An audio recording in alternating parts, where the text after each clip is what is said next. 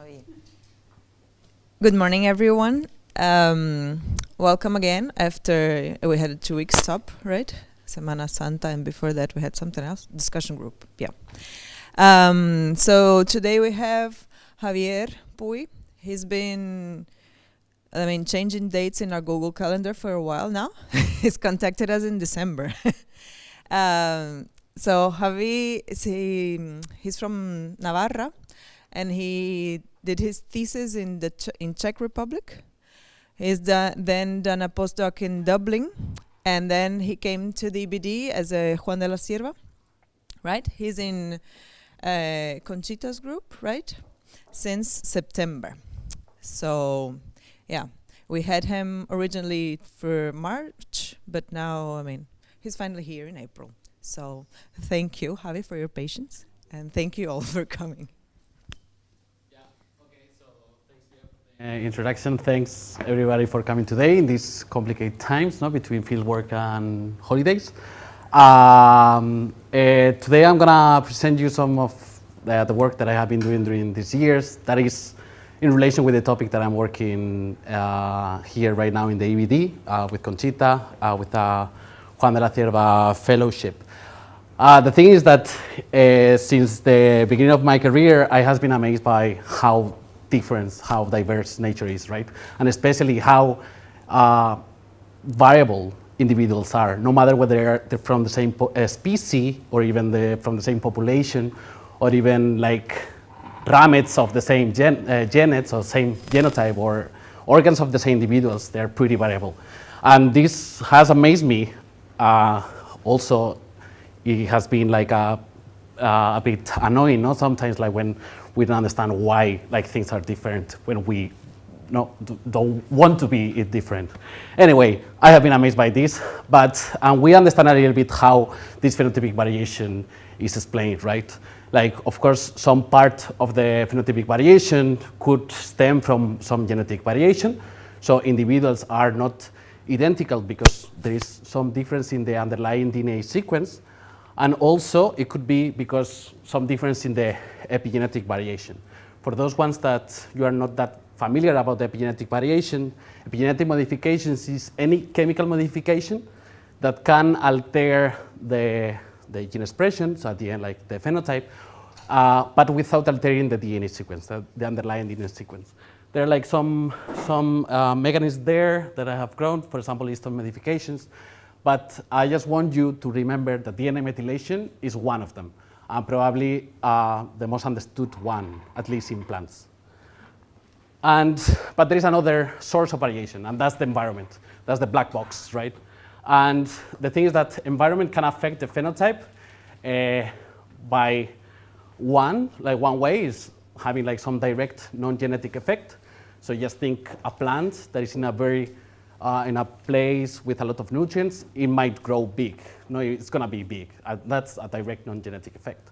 However, it's very interesting that the environment also can trigger some modifications, epigenetic modifications. And that's interesting because it's kind of like an active way for an individual, for a plant, to respond to the environment, right? While the other one might be kind of like passive plasticity. So the part of this variation of the phenotype that I'm interested in is in this side, what is generally called phenotypic plasticity.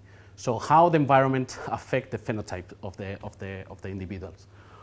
And the thing is that generally phenotypic plasticity has been called to the within generational plasticity. The thing is that plasticity can be found at different time periods, let's say. So if it's short or at least is within the life cycle of an individual, it's called within generational plasticity. However, plasticity might be like these phenotypic modifications can be heritable. Okay, this is what we call transgenerational plasticity, also found transgenerational effects, parental effects, and there are different ways why we found this. First is because those environmentally imprinted epigenetic modifications are heritable, and also just by the things that, some seed or embryo modifications. Just imagine that plant that was in a very good place, no, might also provide more resources to the seeds that will create some differences in the offspring, right? Plasticity is ecologically and evolutionarily important. Spoiler alert, the thing is that these phenotypic modifications affect and can have a feedback to in the ecological interactions, or at least how the individual is affected by the ecological interactions, right? For example, it can promote an adaptation. Just think of this example of how the modifications that herbivory has induced might affect back the herbivory or like the plant, right? And this affects community assemble, how the community is assembled, and at the end, ecosystem processes. Just think of this example, how the pollination is affected by just one epi mutation, just an epi mutation in one gene, right? That really affects, can have like a large effect in the ecosystem. And also, there is another way that this phenotypic variation can have, like other relevance of this phenotypic plasticity is that it increases the functional diversity or like the phenotypic diversity of the species. And this, of course, also affect the community or the ecosystem. Just an example, yes, species, when communities are assembled, species, they are not just one fixed trait value. They are like a gradient. There is a rainbow of trait values, no, within the species. So we don't have to think of species as one fixed thing.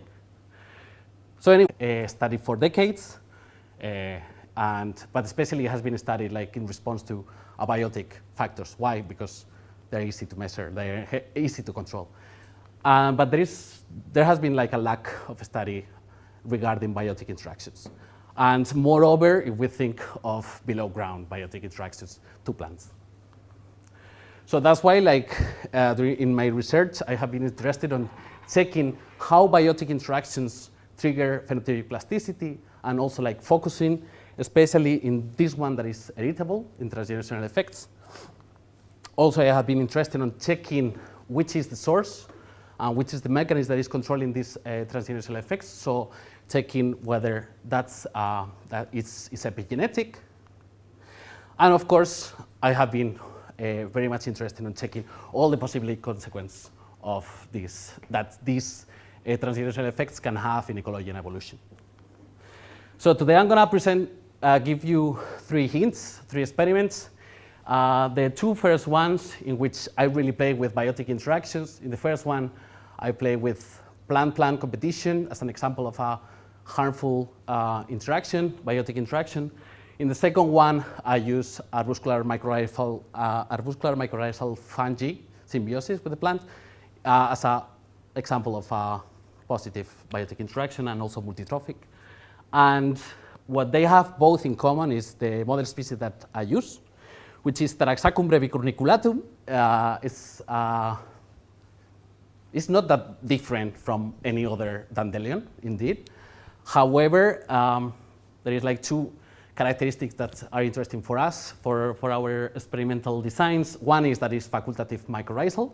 It means that it can get some mycorrhizal fungi. It gets colonized. However, it doesn't need them to survive or like to end up like the life cycle. And another thing, a special thing that of this species is that it is an apomictic, which means that it creates clones of itself. It creates seeds that are genetically identical to the maternal plant or to the parental plant in this case, because there is no meiosis, there is no recombination. So that's a very nice model species to reduce the genetic variation as much as possible, right? And there is another, in these first experiments, I'm interested in checking the adaptation, like how these transgenerational effects affect the adaptation of the offspring. However, in this second one, I'm more interested in checking how the diversity of backgrounds, environmental backgrounds, can have in the population functioning. So whether a diversity of transgenerational effects in the population might have a biodiversity effect. And for this case, because it's very difficult to make population of Taraxacum, I use this Arabidopsis, which is a little bastard, which and also is fertile. So also it's a model species that has a very low genetic variation as well. And anyway, like I have been trained as a functional ecologist, so I use very much plant functional traits. The thing is that for me, it's interesting to check plant functional traits because it gives you an idea a little bit of how the individual, how the plant is like, how is it performing. It gives you a little bit of the hint about the functions and how is the plant doing. And as everything in nature, there are trade-offs. So we cannot find like individuals that are very small with very big seeds, right? So we found the same within the species. So by these aggregations, this trade-off of functional traits, we find, for example, that there are some associations of traits, for example, that give us some information about the resource use acquisition of the plant. For example, we can have an acquisitive phenotype that I will call acquisitive phenotype, which means that, for example, it's a plant with higher specific leaf area and higher specific root length, which means that it uptakes nutrients in a very fast way and is kind of very effective by photosynthesizing, but at the same time is associated with a shorter lifespan. While in the other side of the gradient, we have this conservative phenotype that is kind of beneficial for a long run because it's associated with longer lifespan, but however, it takes resources in a very slower and yeah. For example, it's very much associated with this R strategy and K strategy in the between species, right? So we can find the same within a species. So I think I didn't miss anything. Yeah. So I will go directly to the first experiment in which I play with plant competition. And in this case, our research hypotheses were very basic. One is whether biotic interactions are triggering this heritable this transgenerational plasticity, and checking whether these modifications in the phenotype are affecting back, are having some feedback, no? Whether they are promoting adaptation or not. So in order to do so, we perform whenever we play with, we're interested in transgenerational effects, we need a first generation, no? A parental generation, where we applied our experimental treatments. In our case, we took our model species, Taraxacum brevicurniculatum, and we grow it alone or in competition with itself or 8 different species. The thing is that those different species differ in their competitive ability. So in some cases, our Taraxacum was suffering more from competition and some others was suffering less. And we have kind of a gradient there in competition. And already we can see from this generation, we can see some results of this generation. The thing is that individuals, in response to a stronger competition, they were having more leaves with more coriaceous leaves, and at the same time they were allocating more biomass into the roots. Both characteristics are typical from a conservative phenotype.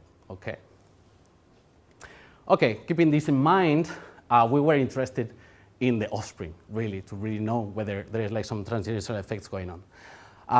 And then we made 3 different experiments with the offspring. The first one is a demethylation experiment.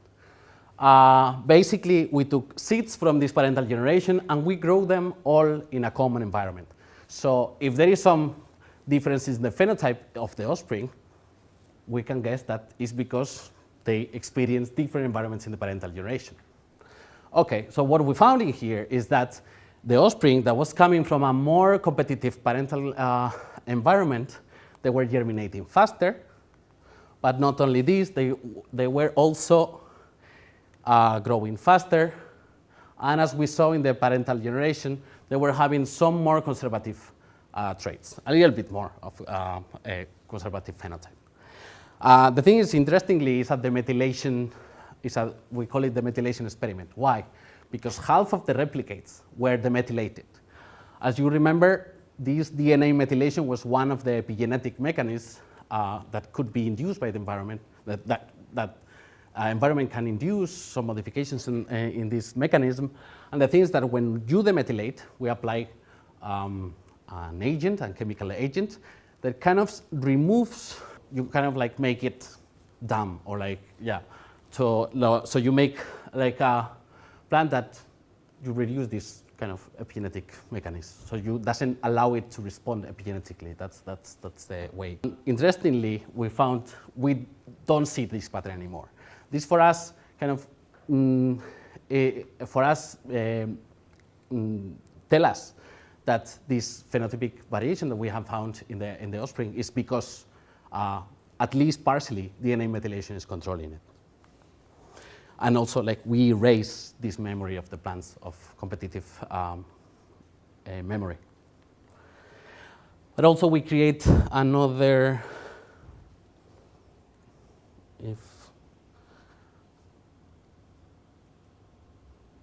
we have another second experiment, if the computer wants to.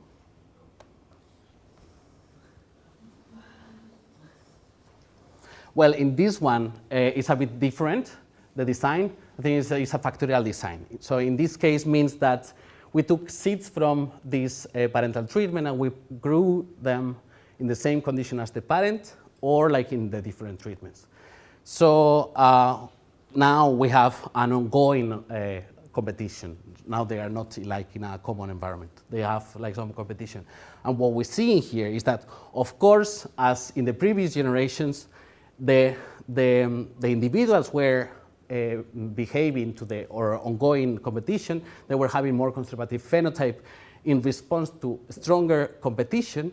But if they were coming from a more competitive parental environment, they were having even more conservative traits, as you can see, like in the red light. So this phenotype, this conservative phenotype, was reinforced not only by the ongoing situation, but also the parental one.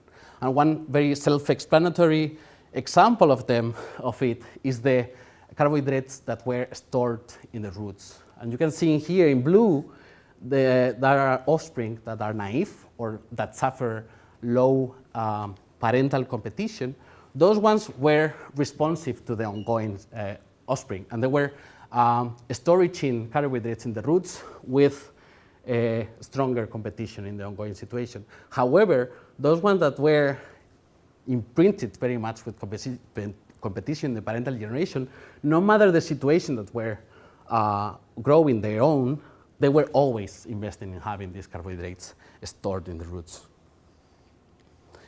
And one thing that I told you is that I think that phenotypic plasticity can have influence on the ecosystem level. So that's why we made a decomposition experiment. We took leaves from this second experiment and we let them decompose. We took leaves from all the individuals and we let them decompose. What we found is that with stronger competition in their own generation, but also with stronger competition in the parental one, they were decomposing slower. And that's not because of magic, of course. It was very much associated with leaf traits. And for us, it's very interesting because it might cause a positive plant-soil interaction. Why? It's because stronger competition triggers a more conservative phenotype. This conservative phenotype decomposes slower, and this slower decomposition benefits especially those phenotypes with a conservative phenotype because they have this slower uptaking of resources. So for us, it might have like an effect even like to be adaptive just by this way. So conclusions of this one, plasticity, and not only within the generation, also heritable one. We have seen that the stronger parental competition increase the germination, make faster the germination, faster growth, and make the offspring to be more conservative. With all those characteristics make the offspring more competitive also. So is promote an adaptation by just this plasticity and also because of these positive plant-soil interactions. And is one example where transgenerational effects can affect ecosystem processes. Yeah, now I will go to the second experiment. In this case, we played with arbuscular mycorrhizal fungi. Basically, it's the same hypothesis, whether the arbuscular mycorrhizal symbiosis triggered transgenerational effects and whether this affects back the biotic interaction or like the ecosystem. It has like makes the offspring more adaptive. And the thing is that we checked 3 different things in the offspring: the performance, the phenotype, as before, and also, since we are interested in checking whether it can have a feedback, we were checking the colonization of fungi in the roots of the offspring, whether this parental environment was affecting the symbiosis of the offspring. And in order to make it a bit more functional, the symbiosis, we were applying as well some draw stress in the parental generation. And we did a factorial design. So a parental generation with and without water, with and without fungi in the soil, and also replicated in the second generation in the offspring. What we can see already from the first generation, from this parental generation, is that indeed mycorrhizal symbiosis was beneficial. When plants were in control conditions, they didn't care much of having mycorrhizal or not. They were having same survival and same more or less biomass as those ones. However, when they were under water stress, so under water deficit, indeed being mycorrhizal was beneficial. Why? Because they were kind of having same survival or same biomass here as the ones that were not suffering stress. So this is the parental generation, but we are not that much interested about the parental generation. We are interested on the offspring generation. And what in here, the graphs in the x-axis, since it's a factorial design, in the x-axis you will have the offspring treatments, and then within each of the treatments you will have the parental treatments. They are ordered from left to right, from more stressful conditions, so without mycorrhiza, without water, to the right, that is like the best beneficial environment, right? So, of course, they were having like this pattern within the in response to the ongoing situations with more stressful, less biomass, less productivity of the offspring. However, you can see that generally those offspring coming from the most stressful parental environment, they was having generally a more biomass than their others. And that was a bit surprising for us. I will go back to this. But however, also we can check like that in some cases being a more, having a mycorrhizal parent was beneficial. For example, this is the phosphorus concentration of the leaves of the offspring. So having a mycorrhizal parent was beneficial for the offspring because it increased the phosphorus acquisition of the offspring. However, why maybe this offspring coming from the most stressful condition was performing better? Well, it might be because of the phenotype.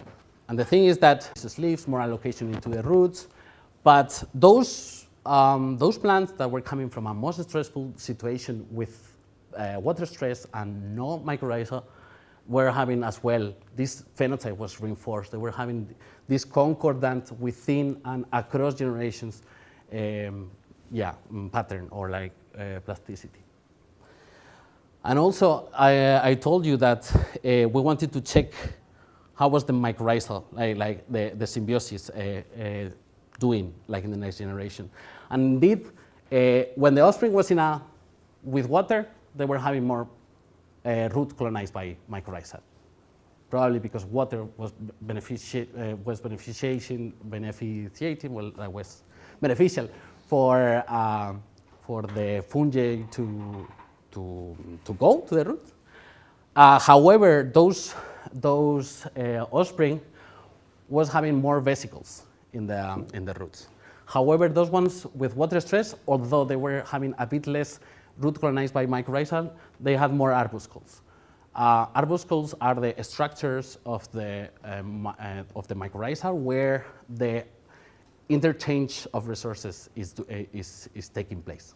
So vesicles are, they have like different functions, but the arbuscles is really where the magic is going on, no? Well, like yeah.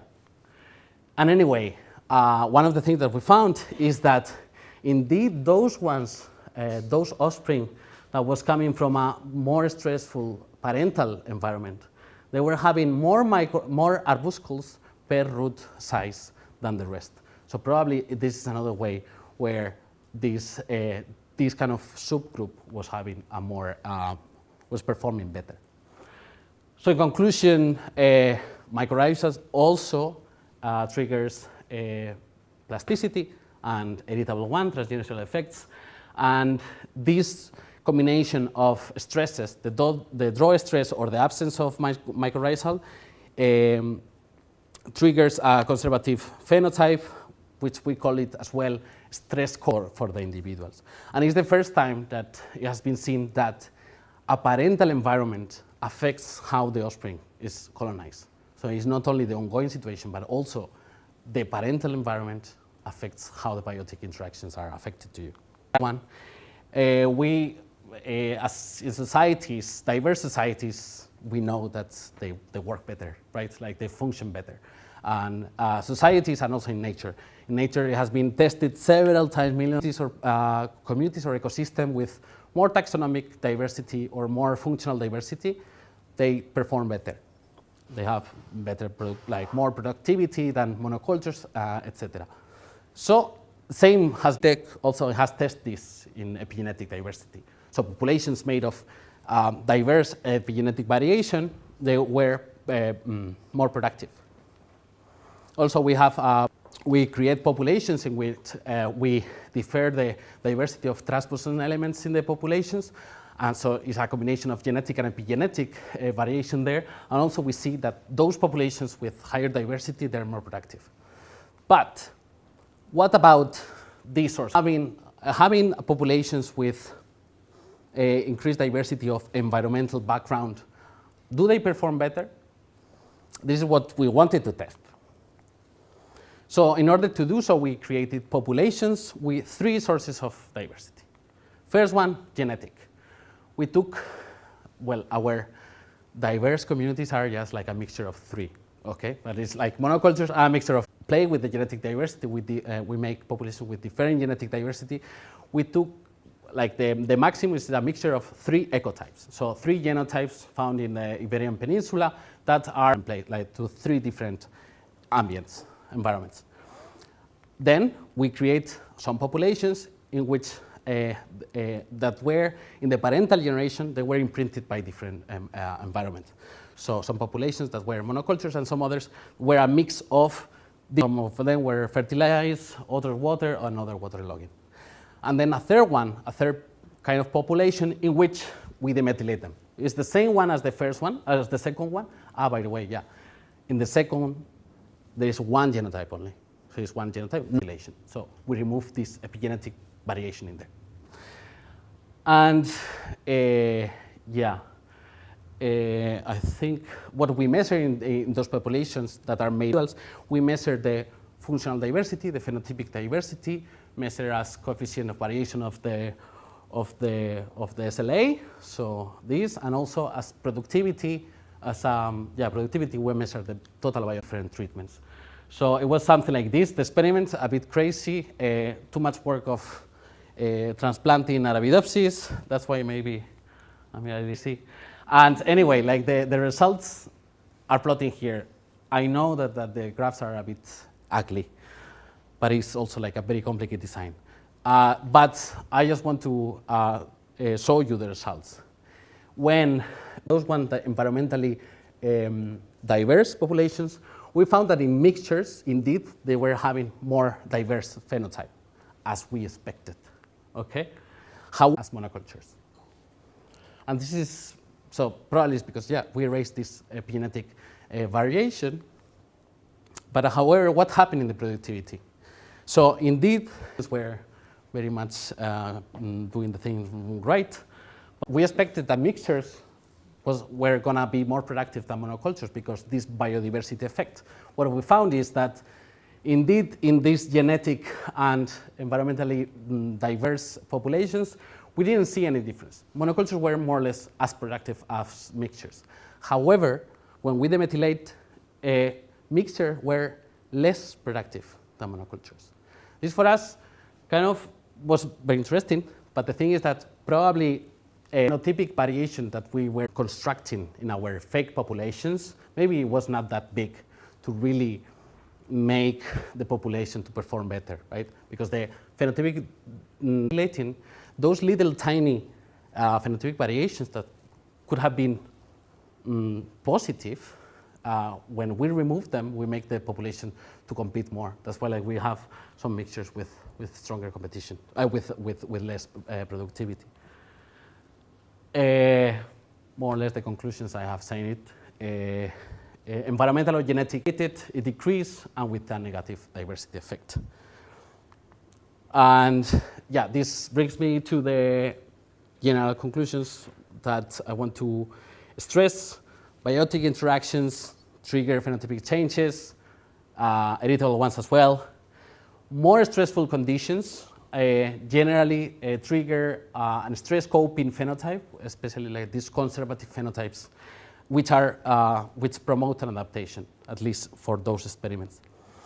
We have found that in general there was this concordant within and across generational plasticity. Sometimes like they tell us like, okay, you're explaining the noise. Those ones with a stronger competition, they were germinating half a day faster than the other ones. So it's true that we're explaining the noise. But the thing is that I want to stress in here that, okay, year by year, you can have like these little differences. And this in the long run can have an effect. And really can promote a rapid adaptation and then affect even like to the community assemble, how the community is assembled and like the ecosystem processes. So yeah, plasticity affects ecosystem processes, and we have seen that it even allows the individual to shape the environment where they live.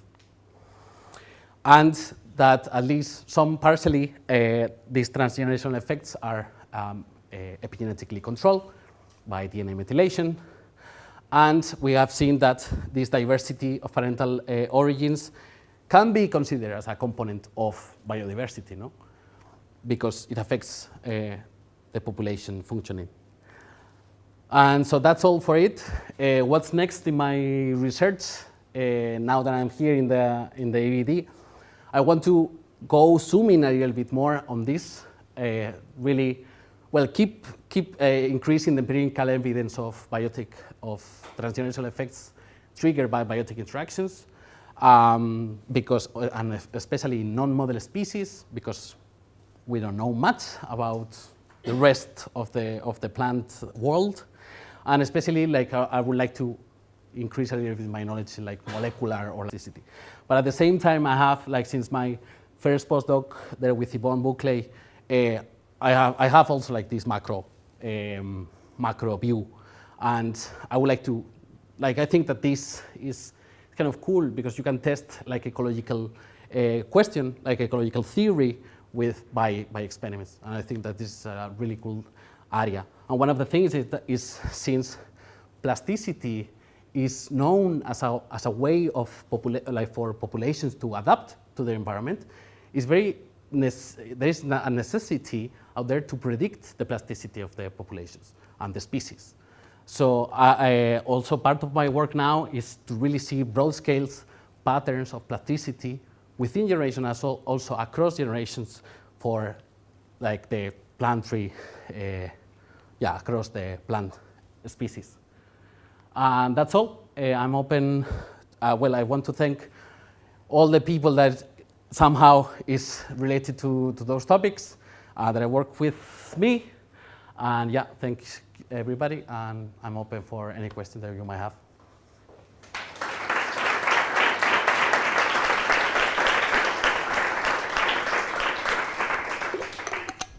Sorry. Thank you very much, Javi. That was great. And whoever wants to go first?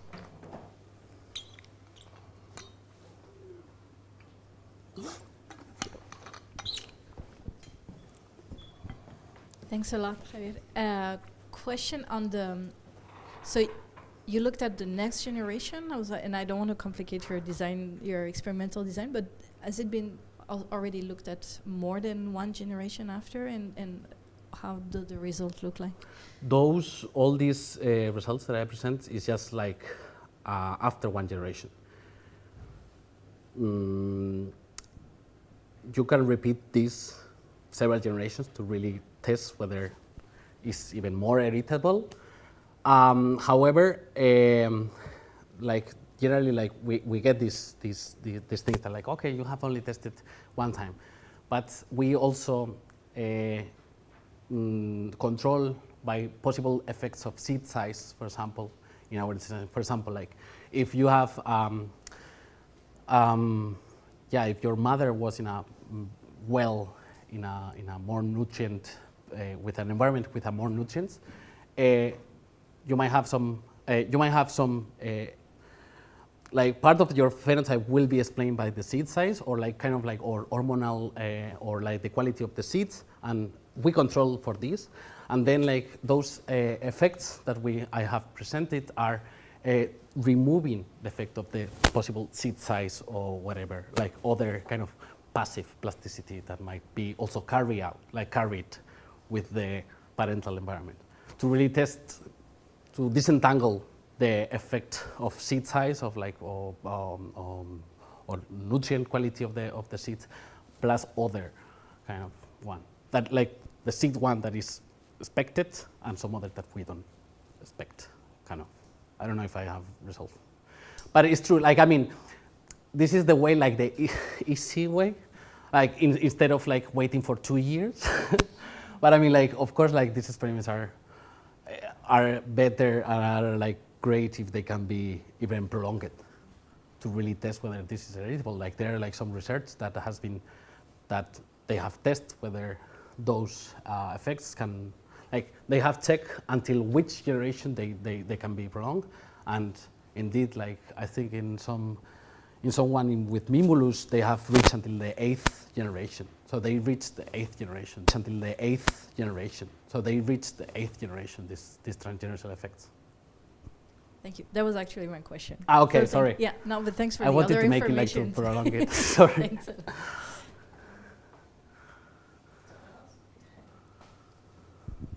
Thank you, Javi. It was really amazing. I still find epigenetics so amazing and difficult to understand, in fact, I mean, because do you know that, I mean, do you think that at the end, all the plasticity has an epigenetic basis? Not at all, no?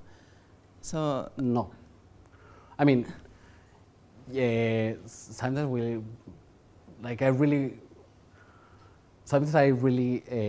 I say that plasticity is just because of epigenetics, but no. Of course, there is like some other things going on. Everything is not explained by epigenetics, let's say. But and the environment as I presented before, there has some direct effect that is not related and that is not controlled by epigenetic modifications.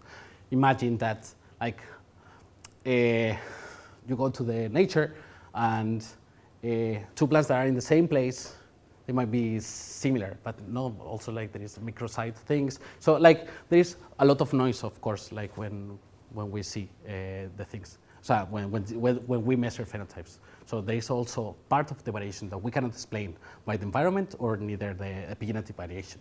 So still there is like a lot of noise. However, I think that the epigenetics really can give us a lot of information about, well, probably some ecological theories and things can be check the epigenetic influence, the influence of epigenetic mechanisms on some ecological questions that might have. For example, like the importance, the relevance of the phenotypic plasticity. But it is true, like to answer your question, phenotypic plasticity is not epigenetic. Only epigenetic. Only epigenetic, exactly. But do you have an estimate? How percentage of the no? No, I don't have. This is hard. I mean, like the thing is that you have to measure all. You have to measure hormones. For example, yeah, hormones, the influence of the seed, influence of the like how the quality of the food resource. You know, there's like many things going on. They influence the phenotype. Okay. Okay. It's like philosophical at the end, a little bit. Also, because it changes our way of seeing evolution. Also, the classical principles we have, like everything is genetic variation. I mean, it's super interesting, super cool. But I think, for me, for instance, I still need to change my mind. I still for epigenetics. But thank you so much. Okay. I don't see that much of the difference, but okay. You don't think the philosophical aspect? Like, it's because we were, in a Darwinian perspective, we were thinking everything is transferred from the father to the children and to the parents. And now we say no. Also, we can change our gene expressions according to the... Yes, and the gene expression can be altered by epigenetic mechanisms, but also like this epigenetic mechanism might be only temporal, but not heritable. You know, there's, I mean, like, we are not Lamarckians because we study epigenetics. Okay. I'm sure of that. I mean, we think a little bit bigger, and we try to explain like the part that the Darwinian one cannot really explain, or like, you know, so like, but this new, like, you know, like we have advanced much more in science, and we are not Darwinians only. I think everybody, yeah. Thank you so much.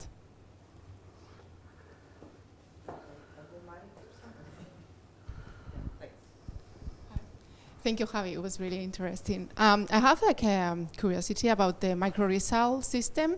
It is only the fungus. Are there bacteria involved, and how they make them like? How are they like facultative? How that affects epigenetics and all that?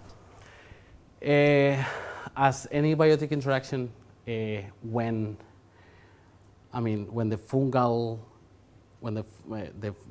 community enters, it also alters the machinery of the plant, and of course, like it alters the epigenetic machinery to really, because it's kind of like the colonization is kind of as a disease, like for the plant. It really detects a fungal there, and it starts the machinery for the fungal infection, let's say. But then the thing is that it's beneficial.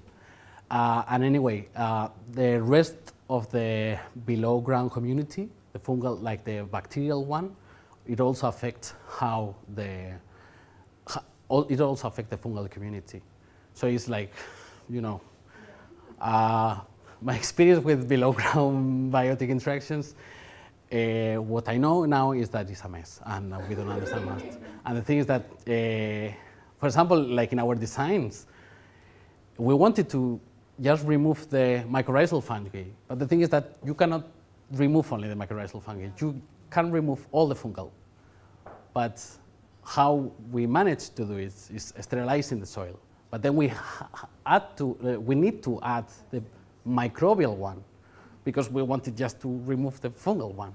So, you know, like, for me it was like crazy. Like, okay, I have to consider this as well, because the microbial, there can be like an interaction between microbial and fungal. And indeed the environment then, also the environment affects how, like, for example, like how's it called? This, like the plant, like when it's under stress, for example, exudates, exactly. The plant, when it's under stress, it also exudates carbohydrates to attract fungal community to get infected, just in case some of the fungal community is mycorrhiza. There's mycorrhizal with it. So, you know, it is a world of interactions in there. So, yeah, it's crazy, it's crazy. Okay. Oh, thank you, Javier, for this interesting talk and impressive, thoughtful experiments, experimental design, tremendous. Yes. Well, I missed something, but you say that under stressful conditions, it promotes these conditions, these stressful conditions, promote coping stressful phenotypes. But the idea is these phenotypes increase adaptation. What do you mean with adaptation? I mean, that Is those fitness. You could measure fitness or more. Our related traits of fitness. Yeah, we were measuring biomass as a measurement of fitness for this species. Yes, of course, like we could have, like it's true that their seed output, like the seed production of those offspring was very correlated with their final biomass. But it's true that we didn't measure fitness, really fitness, you know, because it's very complex measure fitness. But at least for this species, biomass is very much correlated. Like their final biomass is very much correlated with their seed output. So for us, it's kind of a measure of fitness. And that's why like seeing that those offspring was bigger, for us we understood it that probably those other phenotypic modifications was making it bigger. We were making like this assumption of, okay, it promotes. And also like when you measure about the function. So I mean, if you measure the phenotype of the roots and you see that there's higher seed specific root length, gives you an idea that that individual is absorbing more than the others. Because so so also gives you an information. So it's not just like, okay, the shape of the leaf. No, like those measuring functional traits are based in many other literature that really kind of try to see the functionality of those traits. So yeah, for us, that's why I measure functional traits to really see. Thank you. Thank you.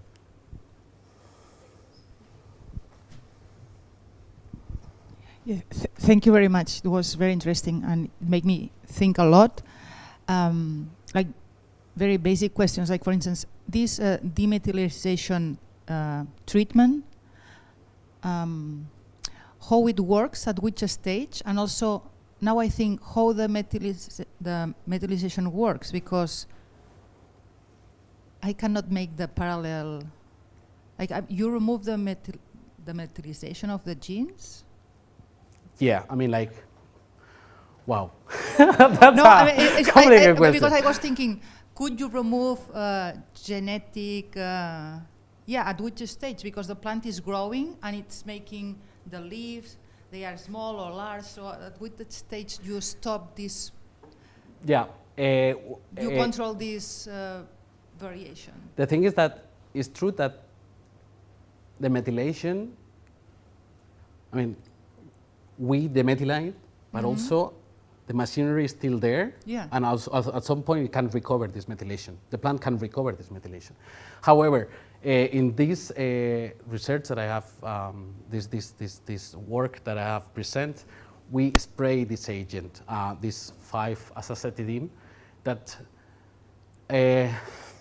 removes the methylation, like randomly reduce the methylation of the plant. And we have one paper published in Methods in Ecology and Evolution where we test whether this spraying was enough to reduce the global DNA methylation of the plants. And also, like, we tested whether the methylation was similar in roots than in above ground, and we saw that that it works both. So although we were applying to the plants above ground, also it was systemic. So like the effect was systemic, also like in the roots where they methylize.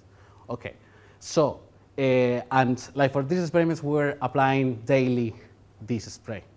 But however, this was our methodology. Some people are just demethylating the seeds when they were seeds. They germinate the seeds with this chemical, and they let them grow. And the thing is that all their research that find that you can see the effect of the methylation in adult plants. So this demethylation, although they were until when they were seedlings, is maintained, like until, or at least the effect is maintained. And for example, like, and of course there is like different chemicals that differ a little bit in how do they interact with the machinery. For example, this 5-acetidine interacts in, like, doesn't allow to methylate. The DNA methylase, bueno, to work. So it's kind of like you are not allowing it to methylate the machinery. So yeah, I don't know if I explained to you. Well, yeah, But it's I like, understand. yeah. Yeah. We took kind of like a very how it's called, like brutal way of checking whether this phenotypic variation is explained by epigenetic mechanisms. Of course, if you want to do it right, you should test like with mutants that they don't have DNA, that they are not methylated, and you see like the function, whether like these phenotypic variations are explained by this, and you need like a molecular as well study to really check, no? But we like I'm very interested in the phenotype.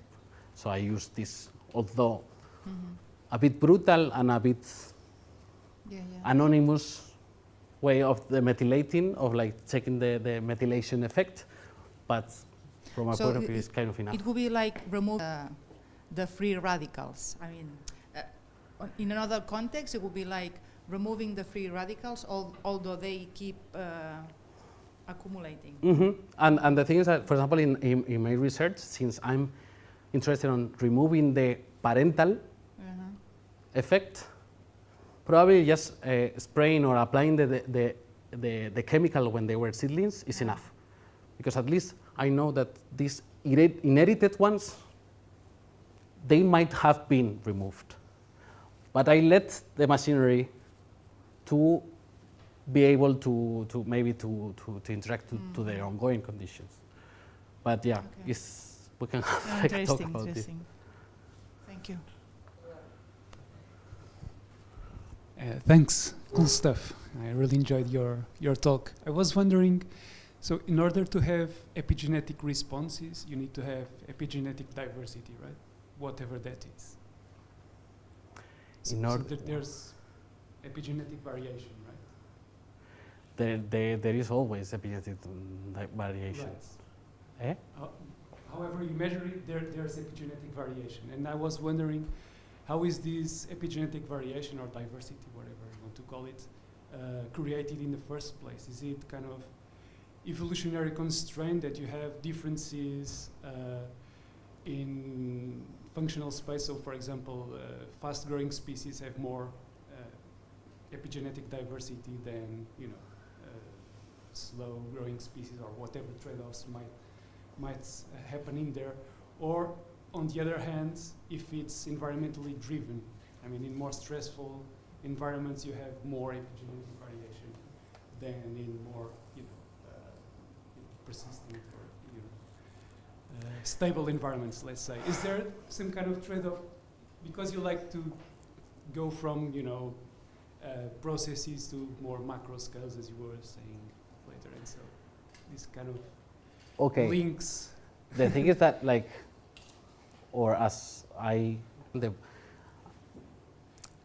it's basically what creates epigenetic variation. I don't know anything about this, so I was just wondering.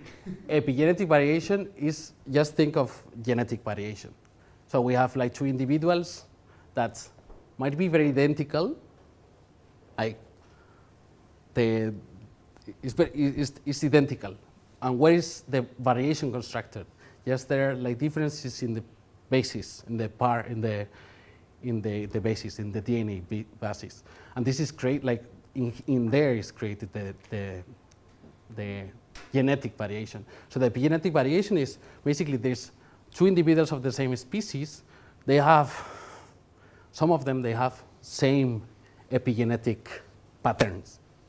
As genetic patterns, they have epigenetic patterns. And just the variation is when one individual has, in some of the bases, it has, for example, a methylation and other not. So yes, and the thing is that the epigenetic variation is genotypic specific. Some genotypes can have some more variation within the individuals than other ones. But then how the environment, whether in some environments can detect a higher epigenetic variation than in others, well, yeah, I'm going to go there. But like the influence of environment to the variation, at least in this macro scale, I don't expect it. I guess that the composition will differ, like how the variation might have, like in cold climates, they might have X variation, and in humid ones, they have Y variation. I expect that the variation might be the same, but different.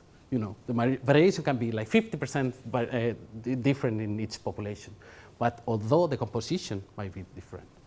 So I don't expect that the variation will differ. However, of course, is also species specific. There is some species, especially I think Conchita has like some work on this, like those species with higher genome size, they are more, they have more global DNA methylation. So of course it's as well restricted phylogenetically. Yeah.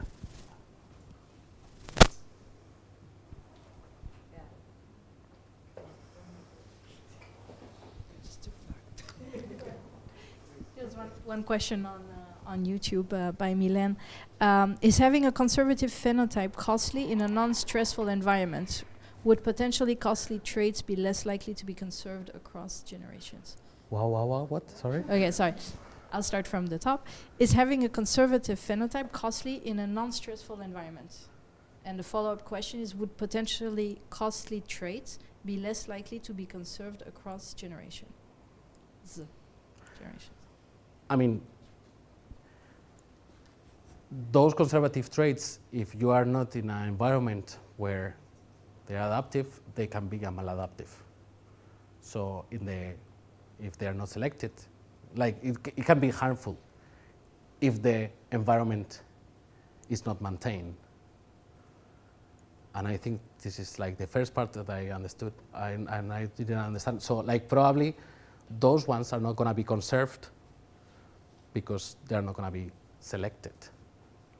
But in the long run, I mean, if the conditions are maintained, which in general, at least in biotic interactions, well, most especially in biotic interactions, are generally maintained, since the offspring has like high probability of occurring in the same environment as the maternal plant. Yes, it's beneficial and it can be selected. And yeah. So that's why, like what I'd say, that it can promote like a rapid adaptation of the plants. At least in plants, you know, that they don't move. Thank you.